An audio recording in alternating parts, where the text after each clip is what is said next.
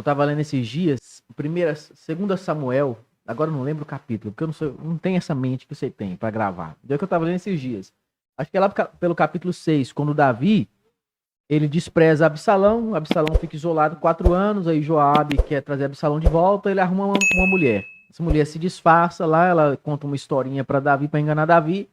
E aí, em um determinado versículo, ela fala assim, acho que eu até tirei print, cara, eu gostei tanto, quer ver? Deixa eu ver se eu acho aqui.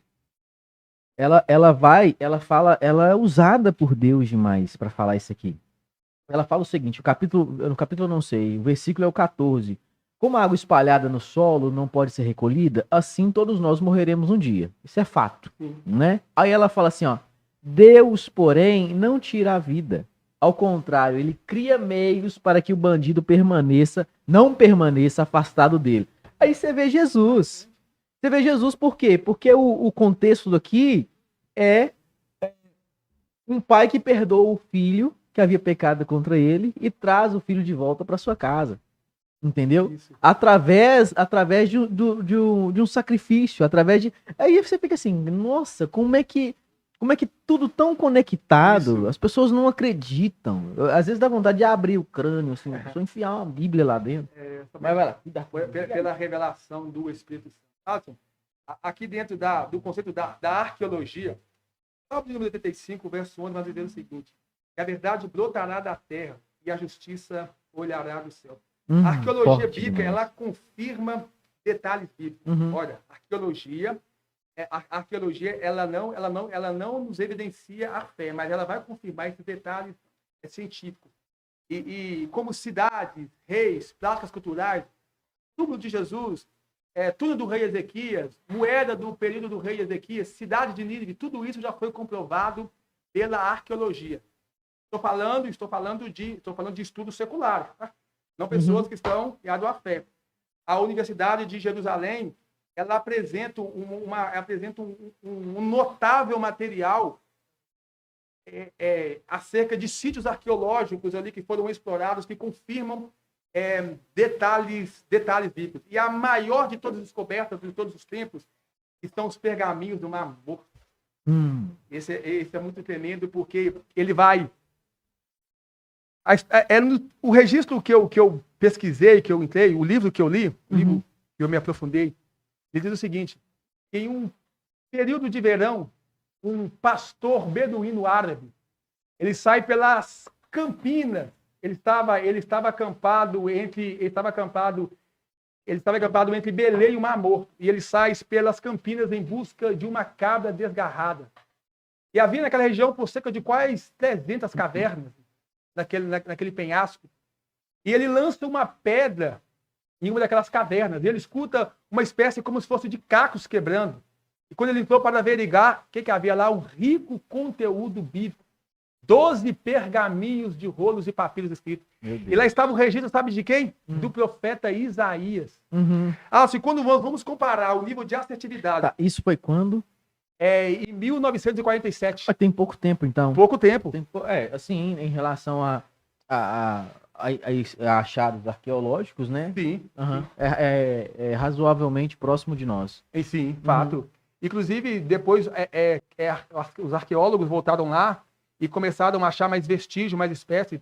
Acredita-se que foram os essênios fugindo de uma perseguição de Roma, que deixaram esse documento lá, porque há uns registros também de autoria dos essênios nessa ocasião. E há um pergaminho do livro do profeta Isaías. Esses são os que estavam na caverna de Qumran. Sim. Tô lembrando. Esse mesmo. E quando nós vamos comparar, diz que o nível de assertividade gira em torno de 95%. 95%. As diferenças, elas são praticamente mínimas. Isaías capítulo 6, no ano em que morreu o rei Uzias, eu vi o Senhor sentado sobre um alto, subindo e trono, e serafins voavam sobre a sua cabeça, cada um tinha 6 asas, com 2 asas cobriu o pé, 2 asas cobriu o rosto, com 2 asas voavam. Eles diziam o quê? Kadosh, santo, santo, santo. Sim. Diz que a diferença ali, na nossa Bíblia aqui, está 3 vezes citando. Lá é 4, 5 vezes que aparece lá nesses registros. Então, são coisas que não interferem na doutrina da salvação. Sim, entendo. É o exemplo que eu tinha falado. Às vezes daqui a um mês. O que o Elinho estava bebendo? Ele bebeu em quê? Numa taça ou numa xícara? Não vai fazer diferença se algum fala que é uma taça, outro uma xícara, outro fala que é um copo de plástico. Não vai fazer diferença. O que importa é que você estava aí sentado, falando sobre isso e bebeu água, né? É isso é que é importante. A essência, o item valioso da imagem que está sendo construída pela narrativa que é importante. Sim. Agora, os pormenores ao redor não é tão importante, né? Uhum, sim, de fato. Fazem parte da narrativa, mas não são tão importantes. Sim, de fato. É questão de nós, vírgula. Tá? Uhum. Por exemplo, essa Bíblia King James aqui, eu tenho 3 Bíblias de versões diferentes.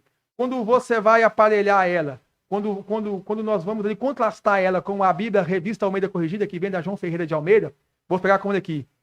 Lá no livro de Lucas, aqui nela, Isabel está Elizabeth. Hebreus, no capítulo 2, o verso 1 ao 2 está aparelhado junto, quando você vai contrastar, mas a tradução, a tradução, elas são mínimas. Até porque Ela usa linguagem. Só concluindo aqui, Sim, porque a Bíblia King James, essa aqui é a 1611, ela vem da tradução, essa Bíblia aqui, 1611, ela vem exatamente daquela data, daquele reformador inglês. Não lembro. Reformador inglês. Meu Deus, estava na minha mente que fugiu. Eu fiquei interrompendo, Aquele reformador inglês que ele escreveu a Bíblia, ele desafiou todo o credo papal, logo após a Reforma Protestante, em 1535. O William Tyndale. O William Tyndale, ele pegou as cópias baseado no grego e no hebraico, diferente dos demais que pegaram da Septuaginta, da Vulgata Latina. Então, essa Bíblia aqui, ela é uma versão, a Bíblia King James, ela vem da versão de William Tyndale. E a de Tyndale veio direto do original. Da original. Ele pega as cópias... Ela não passou pelo latim católico. Não passou pelo latim católico. Diferente da versão de Lutero, o Novo Testamento, de versão da Bíblia de John Wycliffe, que passaram por essa. Entendi. Você falando aí sobre uma Bíblia está escrito Isabel, a outra está escrito Elizabeth. Agora o fato importante, vamos supor que está escrito lá que o nome dela era Joana, né? Tudo bem, tá tendo uma diferença aí, mas o fato importante é que seja Isabel ou Elizabeth ou Joana, é que teve uma mulher que engravidou de João. Fato. Não dá para negar. Né? A não ser que apareça um escrito aí e fala, não teve mulher nenhuma que falou. Vai ser um escrito entre 30 mil, você falou que é 5 mil, né? Você falou que é 5 mil. 5.800 manuscritos. Então, tipo assim, é importante esse fato do nome dela estar em Isabel ou Elizabeth? Não é tão importante. O que é importante... Você serviu os meninos? O que é importante é que teve uma mulher que se chama... que engravidou de João, ou de um menino, vamos supor que também muda o nome do menino, eu vou querer. Muda o nome do menino lá, e que era parente de Maria. Isso que importa. Esses pormenores ao redor aí, talvez não seja assim tão importante, né? A gente tem pergunta? Você quer finalizar alguma coisa antes da pergunta? Eu quero falar aqui sobre profecias e espirituais. Concluindo aqui, que eu falei, então, são as evidências da Bíblia. Eu falei históricas, arqueológicas, agora profecias espirituais, né? Muitas profecias do Antigo Testamento cumprem detalhadamente na história e na vida de Jesus. Há pelo menos, segundo a tradição cristã, pelo menos 300 profecias relacionadas ao Messias. Eu peguei algumas aqui, Deuteronômio capítulo 18, verso número 15, Moisés diz: o Senhor levantará no meio de vós um profeta semelhante a mim. Salmo 22 fala a crucificação de Jesus. Isaías capítulo 7, verso 14 fala que a virgem, ela conceberá, dará da luz um filho, seu nome será Emanuel. Isaías capítulo 9, verso 6 vai nos dizer o seguinte, Isaías capítulo 9, verso 6 vai nos dizer que o menino nasceu e um filho nos foi dado, e o principal estava sobre seus ombros, seu nome será maravilhoso conselheiro, Deus forte para a eternidade, príncipe da paz. Isaías 50 e 53 vai falar do sofrimento do Messias, do reinado glorioso. Miqueias capítulo 5, a partir do verso 2, do verso 4, vai falar com certa exatidão o nascimento do Messias. Watson, a possibilidade de uma pessoa cumprir todas essas profecias aqui é praticamente quase nula. Com certa exatidão. Então, a gente vê que Jesus ele não é o sujeito da profecia, Jesus é o cumprimento da própria profecia.